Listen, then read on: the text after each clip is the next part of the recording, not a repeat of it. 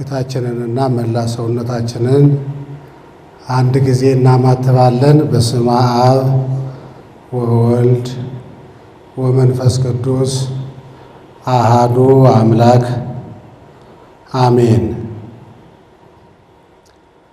እግዚኦ ኩነኔከ ሀባ ለሀገር ወጽድቀከኒ ለቤተ ክርስቲያን አግርር ጸራ ታይተ እገሪሃ ዕቀብ ሕዝባ ወሃይማኖታ ለሀገሪትነ ኢትዮጵያ አሜን። ይትባረክ እግዚአብሔር አምላከ አበዊነ ዘአብጽሐነ እስከ ዛቲ ዕለት። ክቡር አባታችን ቆሞስ አባ ጽጌ ሥላሴ የላሊበላ ደብረ ሮሃ ውቅር አብያተ ክርስቲያናት ዋና አስተዳዳሪ፣ ክቡራን አበው መነኮሳት፣ ክቡራን ውሉደ ያሬድ፣ ውሉደ ክህነት፣ ሊቃውንተ ቤተ ክርስቲያን፣ ሰባኪያነ ወንጌል፣ ዲያቆናት፣ መዘምራን በየማዕረጋችሁ የቤተ ክርስቲያናችሁን ጥሪ አክብራችሁ የጊዜ አስራት አውጥታችሁ ይቅርብን ብላችሁ በዚህ ዕለት በዚህ ሰዓት በዚህ ቅዱስ ስፍራ እግዚአብሔርን ደጅ በመጽናት ላይ የምትገኙ ምእመናን ምእመናት በመላው ዓለም ሆናችሁ ይህንን መርሃ ግብር የምትከታተሉ ክርስቲያኖች ሁላችሁ አንድ አምላክ በሚሆን በአብ በወልድ በመንፈስ ቅዱስ ስም እንደምን ሰነበታችሁ? አሜን። ቅድመ ዓለም የነበረ ማዕከለ ዘመን ያለ ዓለምን አሳልፎ የሚኖር በባህሪው ሞት በመንግስቱ ሽረት የሌለበት አንድነቱ ሦስትነቱን ሳይጠቀልለው ሦስትነቱን አንድነቱን ሳይከፋፍለው በአንድነቱ ላይ ምንታዌ ሁለትነት በሦስትነቱም ላይ ርባኤ አራትነት ሳይጨመርበት ሳይቀላቀልበት ብቻውን በአንድነት በሦስትነት ሲሰለስ ሲቀደስ የሚኖር አምላካችን እግዚአብሔር ዛሬም ዘወትርም እስከ ዘላለሙ ድረስ ስሙ የተመሰገነ ይሁን። ወጥቶ መግባት ተኝቶ መነሳት ብርቅ በሆነበት በዚህ ሰዓት እኛ ወደዚህ ቦታ ለመምጣት ካደረግነው ጥቂት ዝግጅት በበለጠ ልዩ መለኮታዊ ጥሪ የሰበሰበን አምላካችን እግዚአብሔር የተመሰገነ ይሁን። እንደ እግዚአብሔር መልካም ፈቃድ ባለን የትምህርት መርሃ ግብር የምንማማርበት የትምህርታችን መነሻ የሚሆነው በምሴት ይደምጽ ብካይ ወበጽባህ ፍስሐ፣ ማታ ልቅሶ ይሆናል፣ ጧት ግን ደስታ ይደረጋል። ማታ ልቅሶ ይሆናል፣ ጧት ደግሞ ደስታ ይደረጋል። መዝሙረ ዳዊት መዝሙር 29 ከቁጥር 5 ላይ ባለ ኃይለ ቃል መነሻነት እንደ እግዚአብሔር ፈቃድ እንማማራለን። እግዚአብሔር አምላካችን ማንነታችንን ሳይሆን በስሙ መሰባሰባችንን ምክንያት አድርጎ ጉባኤያችንን እንዲባርክልን ዓለም በየደቂቃው በምታጠጣን መርዶ ግራ የተጋባች ነፍሳችን በቅዱስ ቃሉ እንድታርፍልን እንድንማር እንድንረዳ የእግዚአብሔር መልካም ፈቃድ ይሁን። መቼም ሁላችሁ እንደምታውቁት በእኛ ቤተ ክርስቲያን ሥርዓትና ደንብ መሰረት ትምህርትን የሚቀድም አገልግሎት የለም። ሳይማሩ አገልግሎት እንሰጣለን ብለው ወደፊት እንደመጡ ሰዎች ያህል አጽራረ ቤተ ክርስቲያን ቤተ ክርስቲያኒቱን አልጎዷትም። ስርዓትን የሚቀድም ስራ፣ ትምህርትን የሚቀድም አገልግሎት የለም። በተቻለ መጠን ተረፈ ዕድሜያችንን በቤተ ክርስቲያናችን ልናሳልፍ የፈለግን ሁላችንም ብንሆን ከዚህ በኋላ አገልግሎታችን በትምህርት የተመሰረተ ቢሆን መልካም ነው። ሰው ወደዚህ ዓለም ሲመጣ ጅምር ፍጥረት ነው። ተሰርቶ የሚያልቅ በቃለ እግዚአብሔር፣ በመጻሕፍት፣ በመምህራን ነው። ተሰርቶ የሚያልቅ ብቻ ሳይሆን ፊኒሽንግ የሌለው ፍጥረት ማን ነው ከተባላችሁ ሰው ነው። ሲሰራ ይኖራል፣ እየተሰራ ይሞታል። በእውቀት ባልተመሰረተ ያሳለፍነው ዘመናችን የሰጠነው አገልግሎት ዋጋ አስከፍሎናል። ሰው እንደገና ይሰራል፣ እንደገና ይፈጠራል። ደብረ ሊባኖስ በረከታቸው ይድረሰንና ብፁዕ አቡነ ጎርጎርዮስ ሲያስተምሩ ሰውን እንደገና አፍርሰው ሲሰሩ አንድ የቅኔ መምህር ተመልክቷቸው እሱን ራሱን እንደገና አፍርሰው ሲሰሩት ጊዜ እንዲህ ብሎ ተቀኘላቸው ይባላል። ጎርጎርዮስ አቤ እምነ ሰለስቱ ሥላሴ፣ ጎርጎርዮስ አቤ እምነ ሰለስቱ ሥላሴ እምዕለት ዕለተ አምጣነ ይፈጥር ብእሴ። ጎርጎርዮስ ከሥላሴ በለጠ። ለምን ካላችሁኝ ሥላሴ ሰውን የፈጠሩ አንድ ቀን በዕለተ ዓርብ ብቻ ነው። ጎርጎርዮስ ግን ኃላፊነቱን ከተቀበለበት ጊዜ ጀምሮ በሞት ወደ ፈጣሪው እስከተጠራበት ቀን ድረስ ሰውን ፈጥሯልና አቤ እምነ ሰለስቱ ሥላሴ።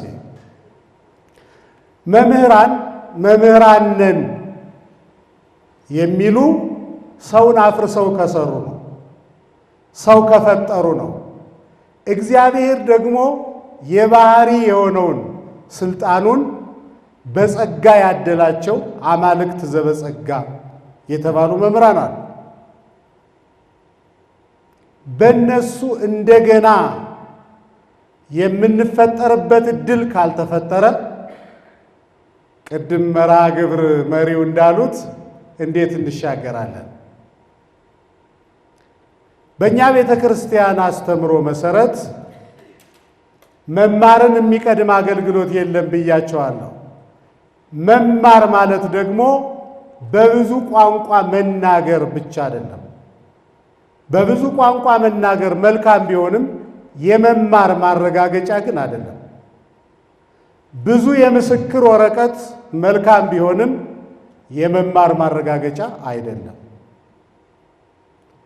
አንድ ሰው ተማረ የሚባል የአመለካከት ለውጥ አምጥቶ የግንዛቤ ለውጥ አምጥቶ እሱ ባለበት ዘመን ላለችዋ ቤተ ክርስቲያን ላሉት ወገኖቹ ለሚኖርባት ሀገር አንድ ጠጠር የሚያስቀምጥበት ብልሃት ካገኘ ካመጣ ነው። የአመለካከት ለውጥ ነው የትምህርት ማረጋገጫ። ስለዚህ ይህንን መርሃ ግብር የምትከታተሉ ባለም ሆናችሁ ቃለ እግዚአብሔር የምትሰሙ ምእመናን አሁን እንደገና ፈርሰን የምንሰራበት የምንማማርበት የምንመካከርበት ወቅት ላይ እንገኛለን። ነቢዩ ዳዊት በምሴት ይደምጽ ብካይ፣ ማታ ልቅሶ ነው፣ ጠዋት ደግሞ ደስታ ነው። ብርሃን ሲመጣ ዛሬ በቅዱስ ያሬድ አመዳደብ መሰረት የእሁድ ብርሃን ይባላል። ከሱ ጋራም ለማገናኘት ነው። ተከታተሉ ምዕመናን። መጀመሪያ ሐዘን፣ ቀጥሎ ደስታ፣ ማጣትና ማግኘት፣ መውደቅና መነሳት፣ መረሳትና መወሳት፣ መዓልትና ሌሊት፣ ክረምትና በጋ፣ መሾምና መሻር የሚፈራረቁበት ዓለም ውስጥ እንኖራለን። የዓለሙ ጠባይ ካልገባን በዓለሙ ስንኖር ዓለም ይከብደናል። አሁን እንደምታውቁት ተዛዝበናል። ዘመኑ ዓመቱ ዓመተ ምሕረት ነው።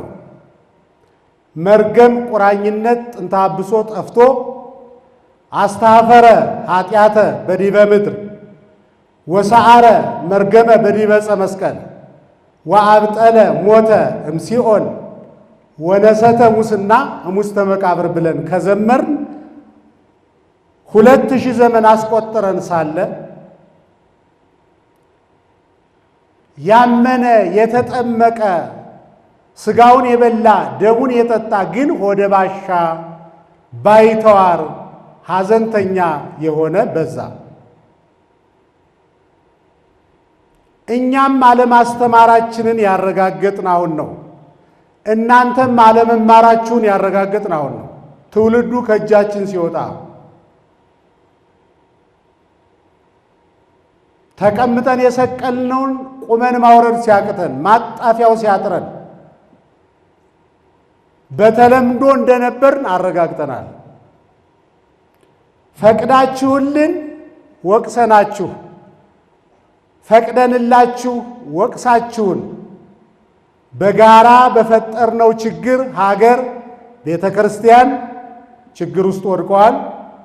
ብሔራዊ ይቅርታ አውርደን ብሔራዊ ንስሐ ገብተን ካልተነጋገርን ችግሮች ሊቀጥሉ ብቻ ሳይሆን ሊጨምሩ ይችላሉ። ሌሎች በእኛ ላይ ያደረሱብንን ችግር ከማየታችን በፊት እኛ ከእግዚአብሔር ጋር መሆናችንን ማረጋገጥ ያስፈልጋል። በቃለ እግዚአብሔር እንደገና ፈርሶ ያልተሰራ ትውልድ ክርስትናውን በራሱ ሊተረጉመው ይችላል። ወይ ተስፋ ቆርጦ ዋጋ የለኝም ብሎ ደካማ ይሆናል፣ ወይ ደግሞ በቅቻለው መስሎት በጥቂት ትሩፋት መንፈሰ ትዕቢት ሊዋጋው ይችላል። ተስፋ መቁረጥም ትዕቢተኛ መሆንም እንደገና ፈርሶ ያልተሰራ ሰው ምልክት ናቸው። ሰምታችኋል አይደል? አንድ ወጣት እርሙን በሕይወቱ እርሙን ታምር ምንድነው? ፍልሰታን 16 ቀን ገዳም ጾሞ መጣ ይባላል። እና እሱ ከዚያ በፊት እንዲህ ያለ ልምድ የለውም። ከአንድ ቀን ከ3 ቀን ያለፈ የጾም ታሪክ የለውም። 16 ቀን ቆይቶ ወደ ከተማ መጣ እና እንደው የብቃት ስሜት ይሰማው ጀመረ። ቤተ ክርስቲያን ብዙ ሰዓት ቆመ። ረጅም ሰዓት ሲቆም አንዲት ወፍ መታ እትከሻው ላይ ያረፈችበት።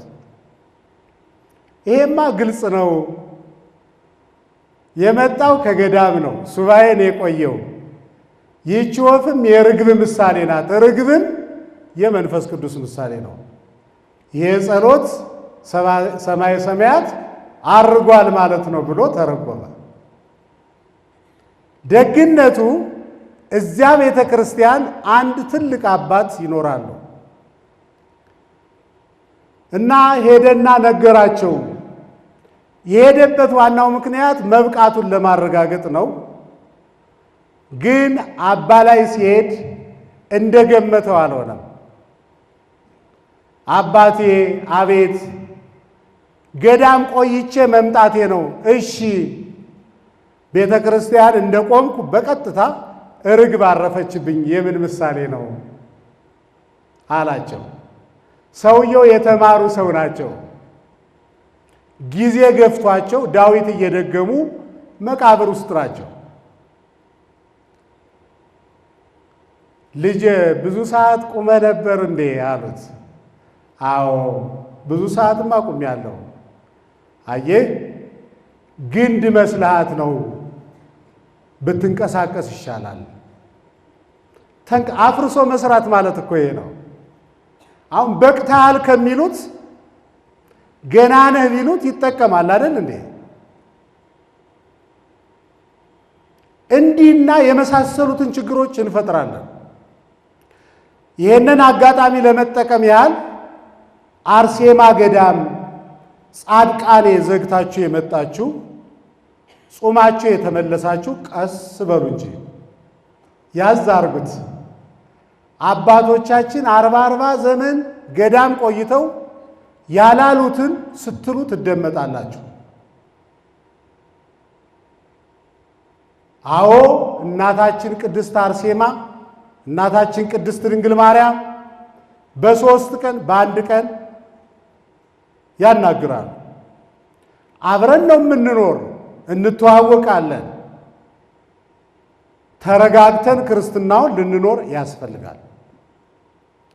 ነቢዩ ዳዊት የተናገረውን ቃል ያነሳንበት ምክንያት በሀገራችን በደረሰው ችግር፣ በቤተ ክርስቲያናችን በደረሰው ችግር፣ በአማኞች ላይ በደረሰው ችግር ብዙዎቻችን ከፍቶናል፣ አዝነናል።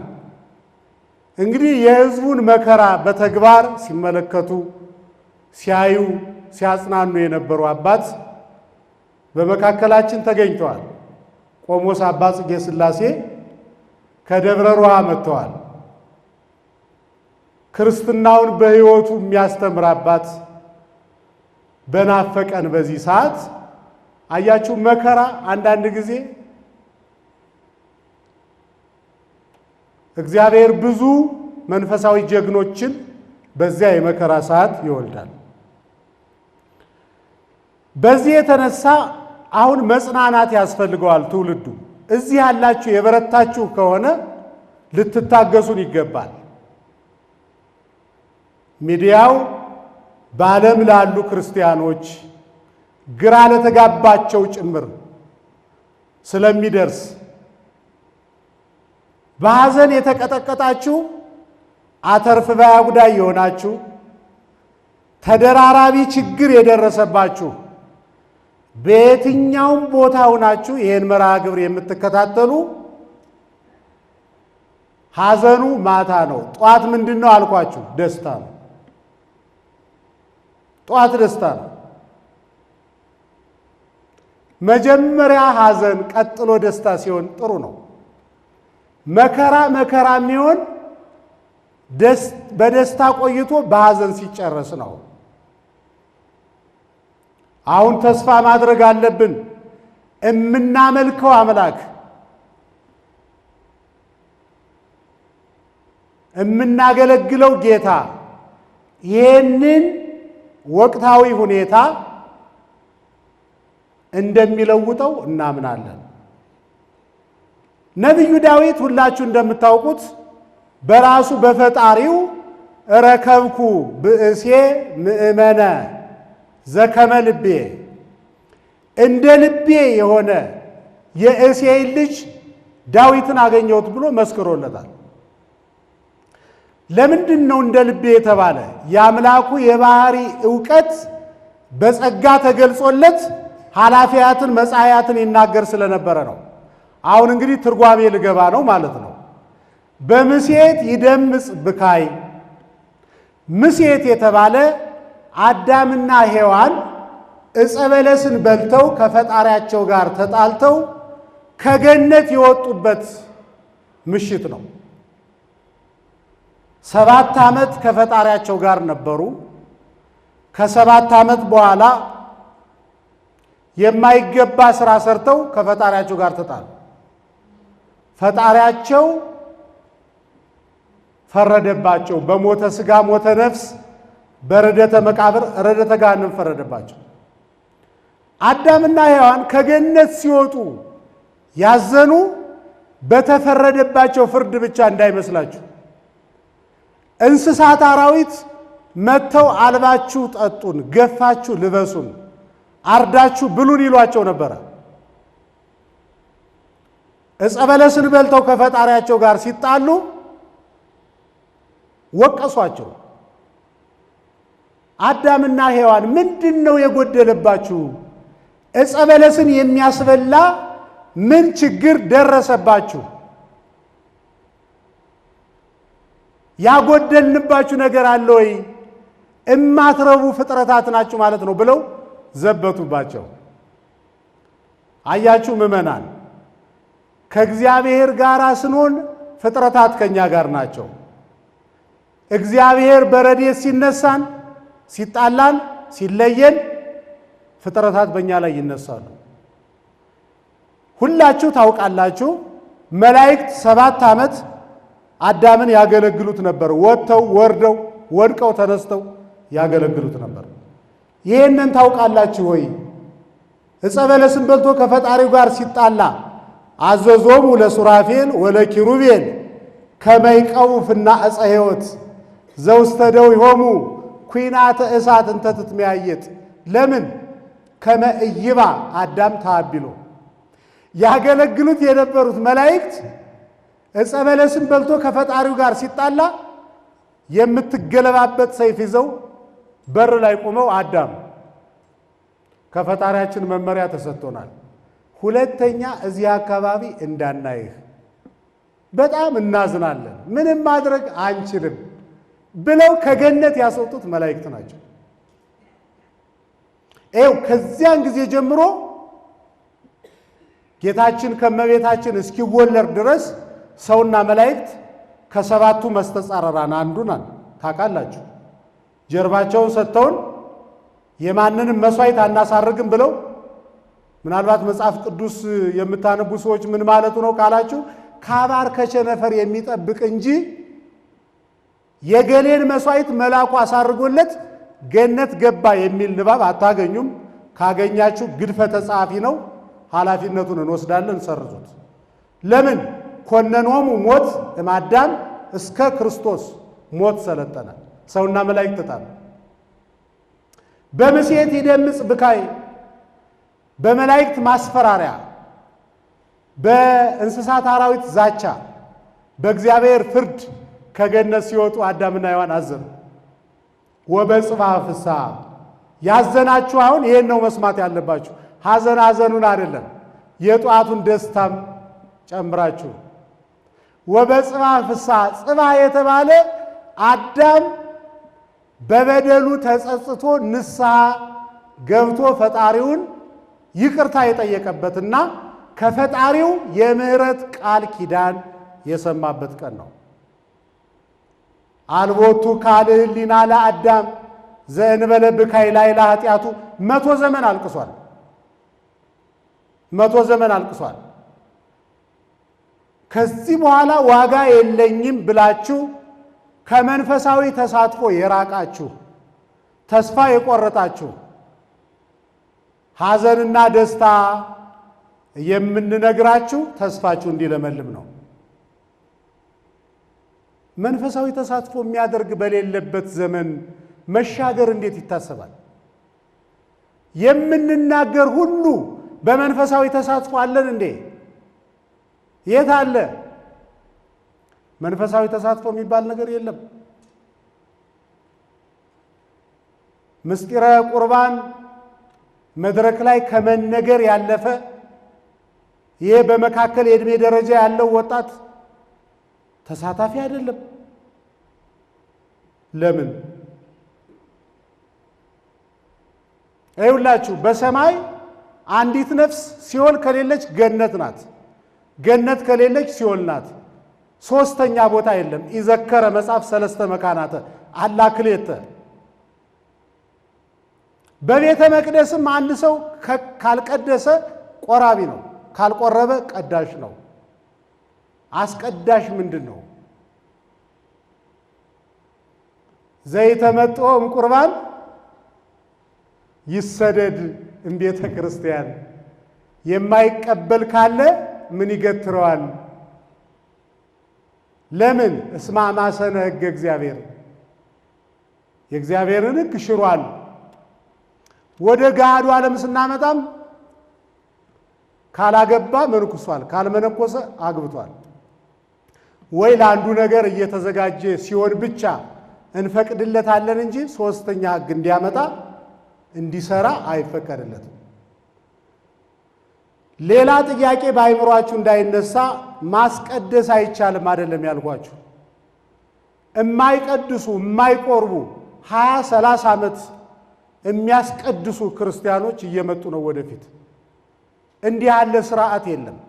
ማስቀደስ ይቻላል አይቻልም? ይቻላል። ማን ነው ማስቀደስ ያለበት? የዛሬ ወር ቆርቦ ዛሬም ደግሞ ሊቆርብ መጥቶ በተለያየ ምክንያት የማይቆርብበት ምክንያት ከተፈጠረ ማስቀደስ ይችላል። ቁጥሩም ከቆራቢ ነው። ሊቆርብ ነው የመጣ 30 ዓመት ሙሉ በማስቀደስ ብቻ ዘመንን እንድንጨርስ የሚፈቅድ ስርዓተ ቤተ ክርስቲያን አለመኖሩን ይዘን እንድናልፍ ነው። አሁን የታለ መንፈሳዊ ተሳትፎ ስል እጅ ላይ የምችል እንዴ ያስቀደስን አይደለም ወይ ስለሆነ ነው። ቆራቢ የለም መቼም ጥቂቶች ነን ማለት ነው። በተቻለ መጠን በክርስትናው የምታልፉ ሰዎች እናንተ ታገሱን። እናንተ ልንጠራ አይደለም የመጣን። እናንተ በጸሎታችሁ አስቡን፣ ፍጻሜያችሁን ያሳምርላችሁ። የተዘናጋን ግን በግዴለሽነት ዘመናችን ያለፈብን ግን እንደገና ልንማማር ያስፈልጋል። በምሴት ይደምጽ ብካይ አዳም ከገነት ሲወጣ አዘነ ወበጽባ ፍስሐ በሐሙስ ዕለት ወበመንፈቃ ለዕለት እትወለድ ሞለተ ወለትከ ከልጅ ልጅ ተወልጄ አድናለሁ የሚል ቃል ሲሰሙ አዳምና ሔዋን ደስ አላቸው። አንደኛ። ሁለተኛ በምሴት ይደምጽ ብካይ በጥንተ አብሶው ምክንያት በምልዓተ ኃጢአትም ጭምር ነፍሳት ወደ ሲኦል ሲወርዱ ሐዘን ሆነ። ወበጽባሕ ፍስሐ ምሴት የተባለ ነፍሳት ወደ ሲኦል የወረዱበት ነው። ጽባሕ የተባለ ነፍሳት ከሲኦል እለ ውስተ ሲኦል ጻኡ ወእለ ውስተ መቃብር ተከሰቱ ወሪው ብርሃን አብዬ ተብለው በእግዚአብሔር ይቅርታ ምሕረት ተደርጎላቸው ነፍሳት የወጡበት ቀን ነው። ነፍሳት ከሲኦል ሲወጡ የቀሩ ነፍሳት የሉም። መድኃኔ ዓለም የዓለም መድኃኒት ብለን ስናበቃ እነገሌን ትቷቸዋል ልንል የምንችልበት ሞራል የለንም። ነፍሳት በሙሉ ነፃ ወጥተዋል። በምሴት ይደምጽ ብካይ እስራኤላውያን 3 ጊዜ ወደ ፋርስ ባቢሎን ተማርከው ሲወርዱ 2 ጊዜ ናቡከደነጾር፣ 1 ጊዜ ስልምናሶር አንድ ጊዜ ወደ ግብፅ ተማርከው ሲመጡ ሐዘን ሆነ። ወበጽዋ ፍስሐ በባቢሎን 70 ዘመን በግብፅ 215 ዘመን ቆይተው ሲመለሱ ደስታ ተደረገ። ተስፋ የሚያስቆርጥ ነገር የለም። 5500 ዘመን በሲኦል የነበሩ ነፍሳት ነፃ ከወጡ ገነት ከገቡ፣ እስራኤል ከ70 ዘመን በኋላ ከባርነት ነፃ ከወጡ፣ ከ215 ዘመን በኋላ ከግብፅ ባርነት ከወጡ የወደቀ እንዴት አይነሳም? ያዘነ እንዴት አይደሰትም? ማመን አለብን እንጂ ምእመናን፣ ኢትዮጵያ ሀገረ እግዚአብሔር ናት። ብዙ ቅዱሳን እኛም ማናውቃቸው የሚጸልዩባት፣ እመቤታችን በመከራ ጊዜ በቃል ኪዳን የተቀበለቻት ሀገር ናት። እኛ ተመዝነን እንቀል ይሆናል እንጂ የኢትዮጵያ እንባ እንደሚታበስ አንጠራጠርም። ተዋህዶ መስራቿም መሰረቷም ጉልላቷም ክርስቶስ ነው። በዚያ የመከራ ዘመን ብዙ ጀግኖች እንዲወለዱ፣ ብዙ ሰማዕታት እንዲፈጠሩ ፈተናዎች ይመጣሉ እንጂ ችግሮች መወገዳቸው አይቀርም። ዋና ቅጸ ሲኦልን ይየይልዋ ተብሎ ተጽፏል። ተስፋ ማድረግ ጥሩ ነው። በምሴት ይደምጽ ብካይ ሁለተኛ ነገሥት ምዕራፍ 18 ከቁጥር 1 ጀምሮ አንድምታው የሰናክሬምን ታሪክ ጽፏል። ሰናክሬም ኢየሩሳሌምን ሊያጠፋ፣ ቤተ መቅደሱን ሊያፈርስ፣ ሕዝቡን ሊማርክ ኢየሩሳሌም በር ላይ ለኪሶን የሚባል ቦታ 185,000 ሰራዊት ይዞ ሲሰፍር ሐዘን ሆነ። እስራኤል አንገት ለአንገት ተያይዘው ተላቀሱ። ማታ ልቅሶ ነበረ። ሰናክሬም መጥቶ መስፈር ብቻ ሳይሆን ደብዳቤ ለሕዝቅያስ ለንጉሡ ላከ። የምታመልከው አምላክ ከእጄ ሊያድን አይችልም፣ ነገ ኢየሩሳሌም የለችም፣ ወደ አመድነት ትቀየራለች ብሎ በትዕቢት ደብዳቤ ላከ። ሕዝቅያስ መምለክ የእግዚአብሔር ነበረ። ሕዝቡ ውጭ ሲያለቅሱ እሱ ይህን የዳ ደብዳቤ ይዞ ገብቶ ቤተ መቅደስ ለእግዚአብሔር አነበበ። የአብርሃም የይስሐቅ የያዕቆብ አምላክ ሆይ እንዴት ኢየሩሳሌም በእኔ ጊዜ ትጥፋ? እንዴት ቤተ መቅደሱ ይቃጠል? አንዳንድ ጊዜ እኮ እንዲህ አይነት እልህኝነትም ያስፈልጋል። አባቶቻችን ነፍሳቸውን አስይዘው ያቆዩን ተዋህዶ እንዴት በእኛ ጊዜ? አባቶቻችን ያቆዩልን ሀገረ እግዚአብሔር ኢትዮጵያ እንዴት በእኛ ጊዜ ይቆጫል? ይህን ሁሉ መከራ እያስተናገርን የምንወቀስ አይነት አይደለንም ብለን የምናስብ ከሆነ ተሳስተናል። አዚም ያደረገብንን አላወቅነውም እንጂ አዚም ውስጥ ነን። ሕዝቅያስ እንዴት በእኔ ጊዜ የእኔን ደካማነት ትተህ ስለ ወዳጆችህ ከእኛ በፊት ስለነበሩት ሀገርን አድን ብሎ ጸለየ። እግዚአብሔር በኢሳይያስ በኩል መልእክት ላከ።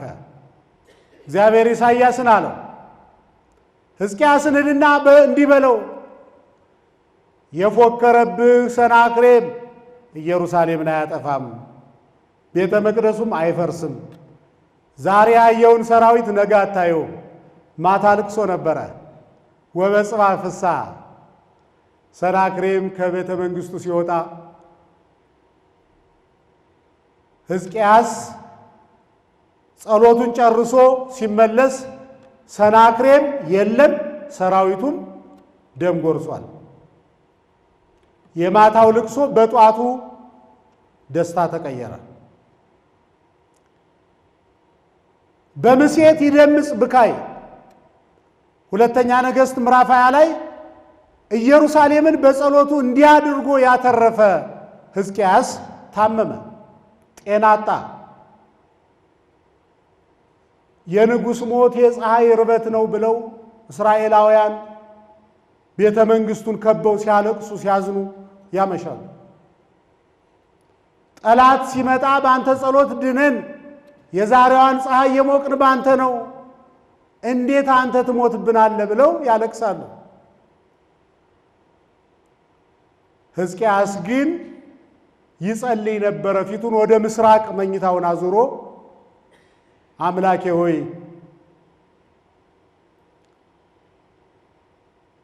አንድ የአሕዛብ ንጉሥ መጥቶ እስራኤላውያንን ማርኮ ወስዶ ለጣዖት እንዳያሰግዳቸው ከኔ ቀጥሎ የሚመራቸው ሰው እስከተካላቸው ድረስ ዕድሜ እንድትሰጠኝ እለምናለሁ። ኢሳይያስ እኮ መጥቶ ትሞታለህ እንጂ አትድንም ብሎታል። ግን ጸሎት አረገ፣ ጸለየ፣ ጾመ። እግዚአብሔር ጾሙን ተቀበለው፣ ጸሎቱን ሰማው። በመንፈቀ ሌሊት መጥቶ ምን አለው? ወሰኩከ 10 ወ5 ክራማተ በዲበ ክራማቲከ፣ የምትፈልገውን ስራ የምትሰራበት ለሕዝብ መሪ የምትመርጥበት ደስ ብሎ የምትኖርበት 15 ዓመት ጨምሬልሃለሁ። ማታ ይሞታል ተብሎ ልቅሶ ነበረ። ወበጽባህ 15 ዓመት ተጨምሮት ደስ አለው። ሌላው ምሴት የተባለች ኦሪት ናት። በምሴት ይደምጽ ብካይ፣ ኦሪትን ምሽት ሌሊት ይላታል። ሮሜ ምዕራፍ 13 ቁጥር 12 ላይ ሀለፈት ሌሊት ይላታል። ወመጻት መዓልት ሌሊት የተባለች ኦሪት ናት። ሀብት ስሬት አታሰጥም። አያሳዝንም ወይ? በብሉይ ኪዳን የነበሩ እነዚያ ሁሉ ቅዱሳን ሲኦል እኮ ነበር ይኖሩ የነበረ። ነፍሶሙ ውስተ ለጻድቃን ውስተ እደ እግዚአብሔር፣ በሲኦል ውስጥ ያለው እሳት አይበላቸውም ነበር እንጂ ሲኦል ውስጥ ናቸው። በምሴት ይደምጽ ብካይ፣ በኦሪት ሐዘን ነበረ። ነቢያት አዝነዋል። ነባይነ ነባይነ ከመዘይ ነባይነ ኮነ ጽርቅነ ኮነ ከመጸርቀ ትክቶ፣ የጽርቅ ስራችን የመርገም ጨርቅ ሆነ እያሉ እያዘኑ ወደ ሲኦል ይወርዱ ነበር።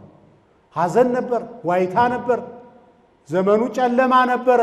ምዕመናን፣ እኛ በአዲስ ኪዳን የምንኖር የተመረጥን የተለየን ህዝቦች ነን። እይብለክሙ አግብርትዬ አላ አይርክትዬ ተብለናል።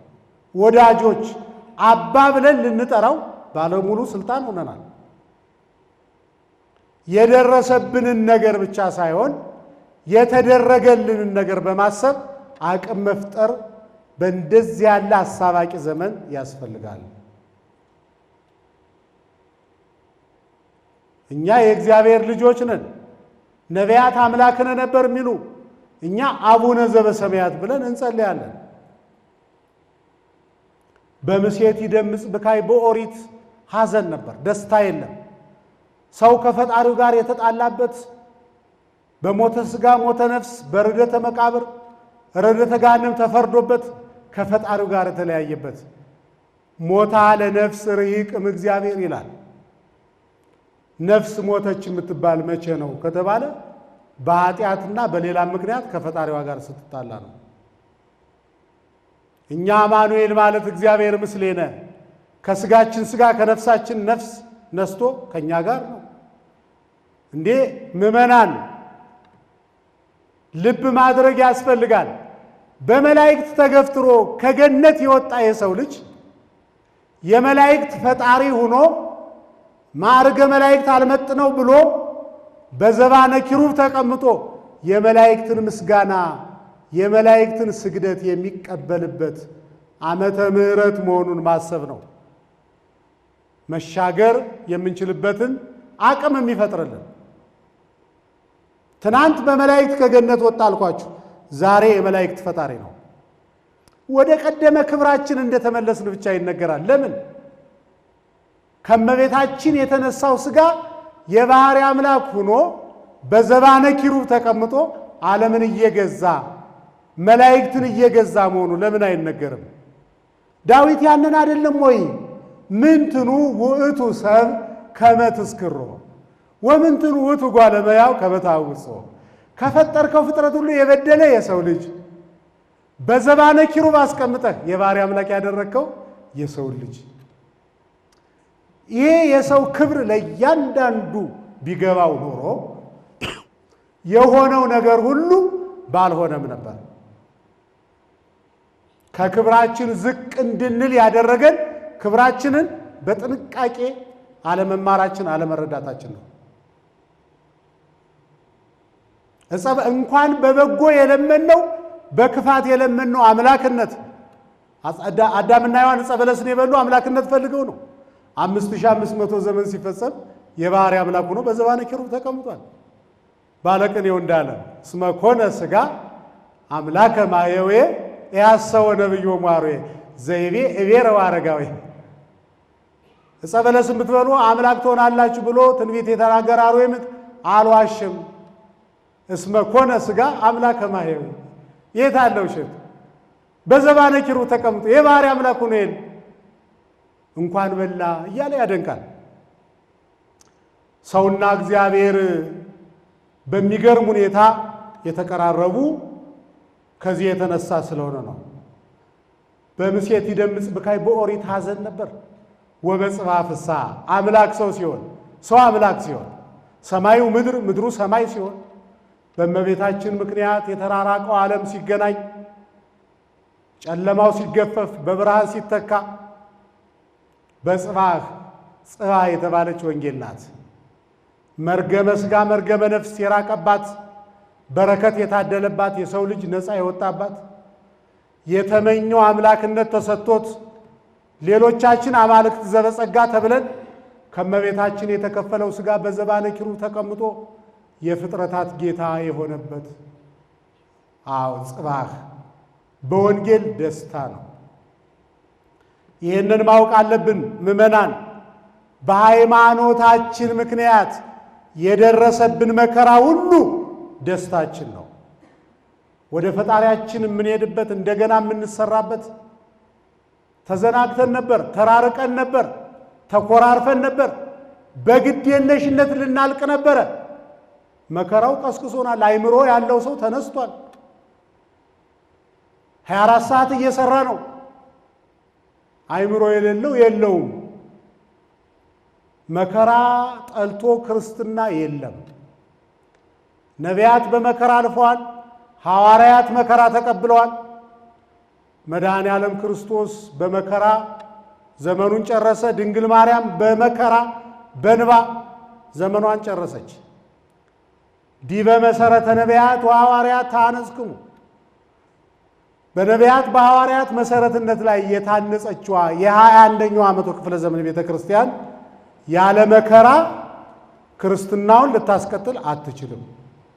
መፍትሄ ሁለት ነው። አንዱ ለመከራ ራስን ማዘጋጀት፣ ሁለተኛ ንስሐ ሳንገባ ሞት እንዳይመጣ በንስሐ ከፈጣሪ ጋር መታረቅ መሻገር ማለት ይሄ ነው። በምሴት ይደምጽ ብካይ ምሴት የተባለ 8000 ዓመት ሊያገለግል ቀጠሮ የተያዘለት የዓለም ነው። ምሴት ይለዋል። በጌታ ዘንድ 8000 ቀን ነዋ። በምሴት ይደምጽ ብካይ ክርስቲያኖች ቀጠሮ በተያዘለት በዚህ ዓለም ሲኖሩ መከራ አለባቸው፣ ያዝናሉ። ዓለም እየተደሰተ እነሱ ያዝናሉ። ወበጽባ ፍስሐ ቀጠሮ የተያዘለት ዓለም ሲያልፍ ዘላለማዊው ዓለም ሲተካ ደስታ ይሆናል። እኛ እንዳላመነ እንዳልተጠመቀ ይሄን ዓለም ብቻ ነው እንዴ ተስፋ የምናደርገው? ለዚያ ነው ያመን፣ ለዚያ ነው የተጠመቅ፣ ለዚያ ነው ቤተ ክርስቲያን ዋጋ የከፈለች ለኛ አይደለም። ከሆነልን እንደ ማንኛውም ሰብአዊ ፍጡር በዚህ ዓለም እንኖራለን። ካልተሳካ ግን ጳውሎስ ነገረን፣ ለእመተነስተ ቤተ ማይደረነ ዘበምድር ምድራዊ ቤታችን ካልተሳካ ብነ ማይደር ዘበሰማያት ዘኢገብሮ እደሰ የሰው እጅ ያልሰራ ሰማያዊ ቤት አለን። እውነት ነው። ከኛ በፊት የነበሩት ክርስቲያኖች ሁለቱን ዓለም ወርሰዋል። ነፍሶሙ ከብረት በውስተ ዓለማት ክሌቲ፣ በዚህ ዓለም የልጅ ልጅ አይተው በትዳር ተባርከው እንግዳ ተቀብለው 7-8 ልጅ እያስተማሩ 4-5 ዝክር እየዘከሩ በጥቂት ገንዘብ ዘመናቸውን አስባርከው ኑረዋል። መንግሥተ ሰማያትንም አግኝተዋል።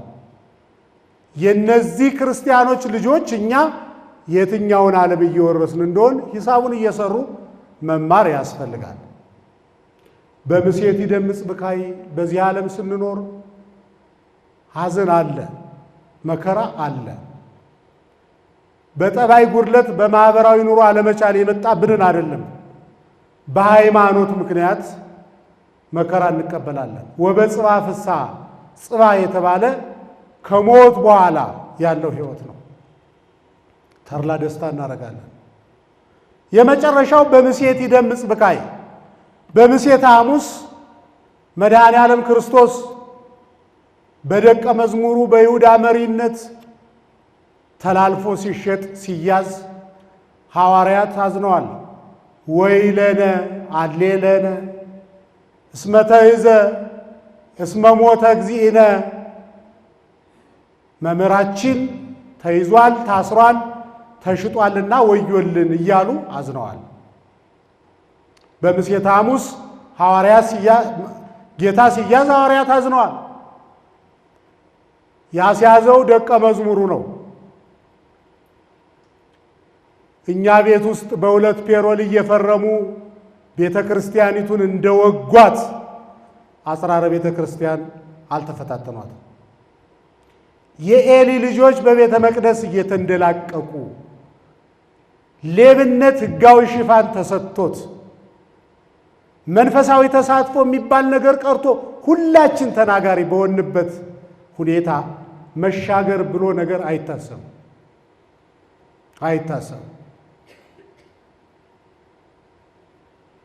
ይሁዳ ፈጣሪውን 30 ብር ሸጠ። ጴጥሮስ አብሬ ሞታለሁ ብሎ ነበረ። ታውቀዋለህ ወይ ተብሎ ሲጠየቅ እንኳን ልከተለው አንድ ቀን በሙሉ ዓይኔ አይቼው ከሆነ እንደዚህ ጣለኝ ብሎ ማለ። የሌሎቹ ደቀ መዛሙርት ስልክም አይሰራም ነበር። ወዳጄ ክፉ ቀን ይሆናል አትበለው፣ ስትያዝ ይከዳል፣ ሰው የጴጥሮስ ልጅ ነው ተብሎ ተጽፏል።